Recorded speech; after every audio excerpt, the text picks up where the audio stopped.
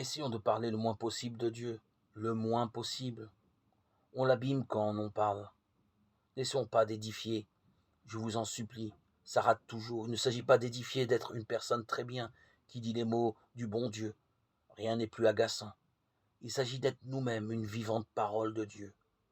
Si nous vivons Dieu, si nous le respirons, si nous sommes immensifiés par sa présence, si nous sommes libérés parce que nous cessons de nous regarder et que nous le regardons, on le sentira. Et ce sera la plus belle révélation de Dieu. Comme le dit le martyr Ignace, surtout laissez-moi enfin devenir un vrai disciple, laissez-moi devenir une vivante parole de Dieu, laissez-moi être mangé comme le froment par les dents des animaux pour que je devienne un pain vivant. C'est cela.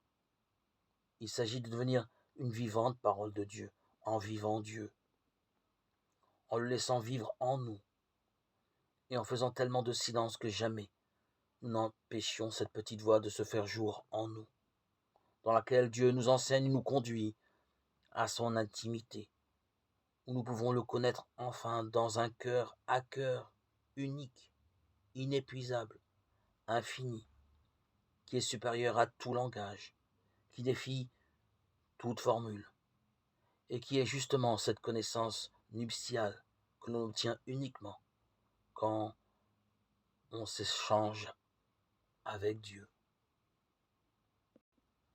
Alors on peut s'émerveiller. Alors on ne songe plus à expliquer parce que c'est trop beau, c'est trop grand. On ne peut plus que répéter le mot de l'auteur du Nuage de l'inconnaissable, qui est un livre anonyme du XIVe siècle, où l'auteur, qui est un contemplatif, a dit à un de ses disciples qu'il a essayé de former. Et maintenant, tu vas me demander qui est Dieu, et moi, comment puis-je exprimer la connaissance que j'en ai? À cette question, je ne peux te faire qu'une seule réponse. Je ne sais pas. Je ne sais pas, car pour connaître Dieu, il faut autre chose que des mots, autre chose que des idées. Pour connaître Dieu, il faut t'engager. C'est quand tu seras enfoncé dans le mystère silencieux de Dieu.